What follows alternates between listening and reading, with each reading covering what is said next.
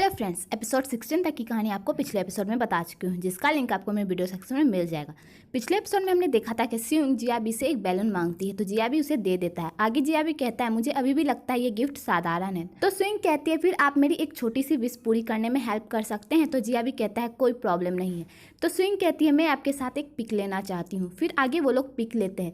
Well इधर स्यूंग छुपकर घर के अंदर घुसती है, लेकिन स्यून उसे पकड़ लेता है। तो स्यूंग कहती है भाई आप अभी तक ऊपर ही हैं। तो स्यून कहता है मुझे नींद नहीं आ रही थी। असिस्टेंट के रूप में तुम्हारा जॉब इतना बिजी होता है। तो स्यून कहती है आज स्पेशल दिन था। वैसे मेरे जाने के बाद क्या बिग ब्रो ने कुछ कहा? तो स्यून कहता है उन्होंने कुछ नहीं कहा, लेकिन तुम ये सब कब तक खेलने वाली हो? तो स्यून कहती है आपको लगता है मैं उसके साथ खेल रही हूँ? मेरे पास प्लान है। तो स्यून कहता है अपने फ्यूचर के बारे में सोचो, बहुत अंदर मत जाओ कि बाहर निकलना मुश्किल हो जाए। तो स्विंग कहती है ओके और चली जाती है। इधर जियाबी मास्टर मतलब स्विंग को मैसेज करता है चलो गेम खेलते हैं। तो स्विंग मैसेज करती है क्या मैं आपसे एक क्वेश्चन पूछ सकती हूँ? तो जियाबी कहता है क्या? तो स्विंग कहती है यदि कोई आप पर ट्रस्ट करता है तो लेकिन आप उससे धोखा दे रहे हो तो तुम क्या करोगे? तो जियाबी कहता है मैं उसे माफ़ नहीं करूँगा। तो स्विंग कहती है क्या होगा अगर ये सफ़ेद झूठ हो? तो जियाबी कहता है ये निर्भर करता है कि वो कौन है। तो स्विंग सैड हो जाती है। इधर सुजिन भाई अपने घर जाती है और उस इयररिंग को संभाल कर रखती है और अपने रूम जाकर वो लॉकेट देखती है। नेक्स्ट डे सुजिन भाई स्यून के घर जाती है और उसे वो लॉकेट पहनाती है। तो स्यून भी उसे अपने पास वाला लॉकेट दिखाता है और कहता है ये मेरी माँ ने मुझे दिया था।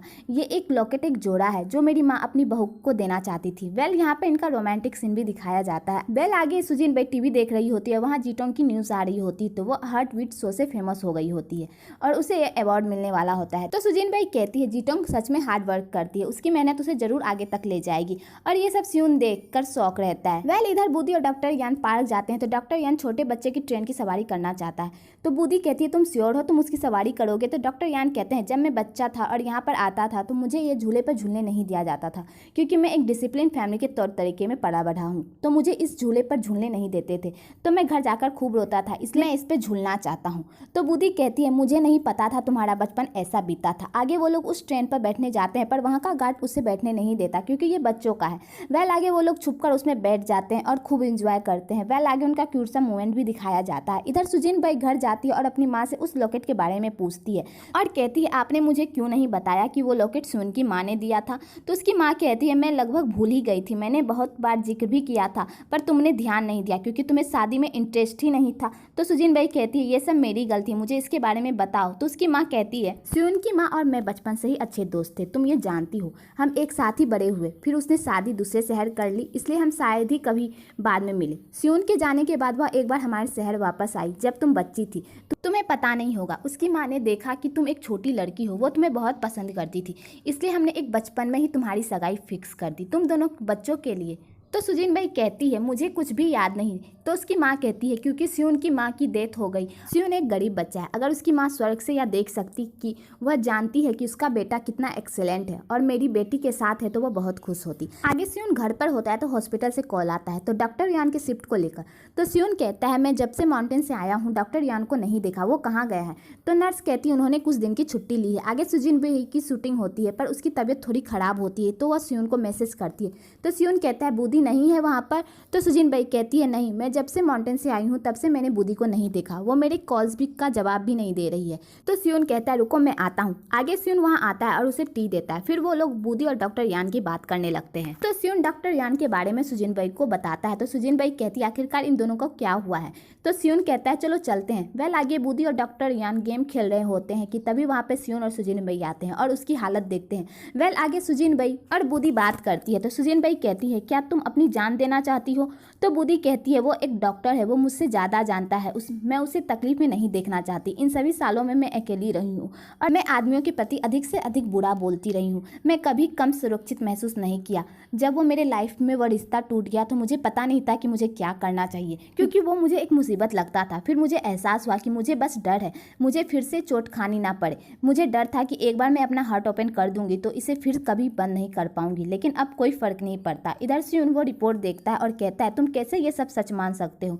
तो डॉक्टर यान कहते हैं रिपोर्ट को तो सच मान सकते हो। तो सियोन कहता है वैसे भी ये ऐसा है जिसे हम अनदेखा नहीं कर सकते। तो डॉक्टर यान कहते हैं तुम्हें भी पता है और मुझे भी पता है इस बीमारी का इलाज कितना दर्दनाक है। मैंने बहुत कुछ देखा है, इसलिए मैं अपने ऊपर अत्याचार नहीं करना चाहता। तो सियोन कहता है बूदी के बारे में क्या तुमने उसके बारे में सोचा? तो डॉक्टर यान कहते हैं वो मेरे फैसले से सहमत है। तो डॉक्टर सियोन कहता है वो नहीं चाहती कि तुम बीमार रहो, लेकिन क्या तुमने उसके बारे में सोचा? यदि तुमने अभी ट्रीटमेंट छोड़ दिया तो वो तुम्हें हमेशा के लिए खो देगी। इसका मतलब है कि वो है, इसलिए क्रूर फैक्ट को एक्सेप्ट करो। और वो तुम्हें एक स्माइल के साथ विदा करे। आगे डॉक्टर यान ट्रीटमेंट के लिए रेडी हो जाते हैं। फिर उनका टेस्ट होता है। इधर बूदी सुजिन बाई के साथ मिलकर डॉक्टर यान के बर्थडे का केक बनाती है और जूले को रेस्टोरेंट डेकोरेट करने को कहती है। वेल आगे सियोन और सुजिन बाई डिनर पर जाते हैं। तो सुजिन बाई सियोन से एक फेवर मांगती है कि कल डॉक्टर यान का बर्थडे है, क्या तुम उसके करीबी दोस्तों को इनवाइट कर सकते हो जो उसके बेस्ट फ्रेंड हो? तो सियोन मान जाता है। तभी दो वेटर्स बात करती है और कहती है ये नया एडवर्टाइजमेंट बोर्ड क्यों? क्या ये एक्ट्रेस है? क्या ये यहाँ पहले सुजिन बाई नहीं थी? अब ये जीटोंग क्यों है? कौन है जीटोंग? तुम तो दूसरी वेट्रेस कहती है तुम जीटोंग को नहीं जानती? क्या तुमने हार्ट बीट शो नहीं देखा? वो बहुत सुंदर है। अब वह लगभग सुजिन बाई के रूप में फेमस हो गई है।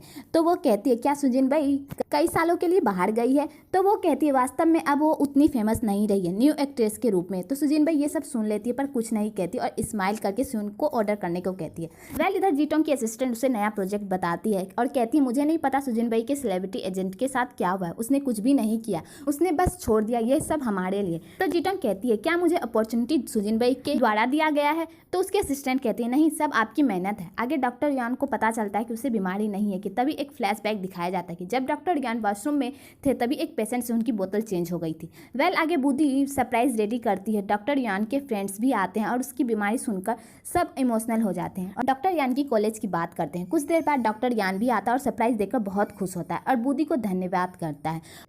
सबको अपनी बीमारी का सच बताता है पर कोई भी उसकी बात पर बिलीव नहीं करता। वेल आगे सियोन डॉक्टर यान को कहता है सबको बता दो। तो डॉक्टर यान कहता है तुमने देखा ना, मैंने सबको बताने की कोशिश की पर किसी ने बिलीव नहीं किया। तो सियोन कहता है मैं बता देता हूँ। तो डॉक्टर यान कहते हैं रुको कुछ दिन इसे राज रखो। तो सियोन कहता है ऐसा क्यों? ये अच्छी बात नहीं है। यहीं पर एपिसोड 17 खत्म होता है।